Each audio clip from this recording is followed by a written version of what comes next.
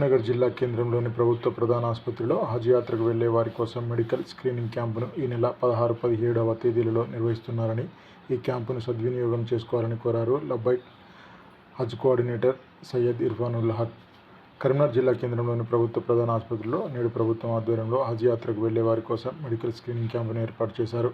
Medical camp కోసం వచ్చే వారి కోసం తగు సూచనలు చేస్తూ వారికి దరఖాస్తు ఫారాలను నింపి వారికి సహాయాన్ని అందిస్తున్నారు లబ్బైక్ హజ్ సొసైటీ ప్రతినిధులు. ఈ సందర్భంగా లబ్బైక్ హజ్ సొసైటీ అధ్యక్షులు సయ్యద్ ఇర్ఫాన్ ఉల్ హక్ మాట్లాడుతూ, హజ్ యాత్రకు వెళ్లే వారి కోసం నేడు రేపు ప్రత్యేక వైద్య శిబిరాన్ని జిల్లా కేంద్రంలోని ప్రభుత్వ ఆసుపత్రిలో ఏర్పాటు చేశామని, ఈ వైద్య శిబిరానికి నేడు రేపు కలిపి సుమారు 150 మంది వరకు వచ్చే అవకాశం ఉన్నదని, వీరందరికీ ఈ క్యాంపులో మెడికల్ స్క్రీనింగ్తో పాటు ఈసీజీ, ఎక్స్రే వంటి పరీక్షలు నిర్వహిస్తారని. ఈరోజు కరీంనగర్ నుండి మరియు సిరిసిల్ల నుండి హజ్కు వెళ్ళే హజ్ యాత్రికుల కొరకు మెడికల్ అండ్ స్క్రీనింగ్ శిబిరం గవర్నమెంట్ హాస్పిటల్లో నిర్వహించబడినది.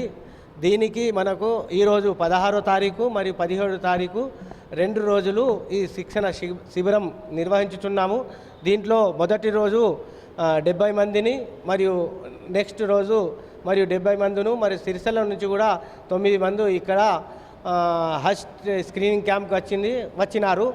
ఈ హజ్ స్క్రీనింగ్ క్యాంప్లో ల్యాబ్ టెస్టులు మరియు ఈసీజీ, ఎక్స్రే నిర్వహించి వీళ్లకు గవర్నమెంట్ నుంచి అప్లోడ్ చేయించి తర్వాత దీని ప్రాసెస్ వ్యాక్సినేషన్ క్యాంప్ పండుగ తర్వాత వ్యాక్సినేషన్ క్యాంప్స్ నిర్వహించుచున్నాము.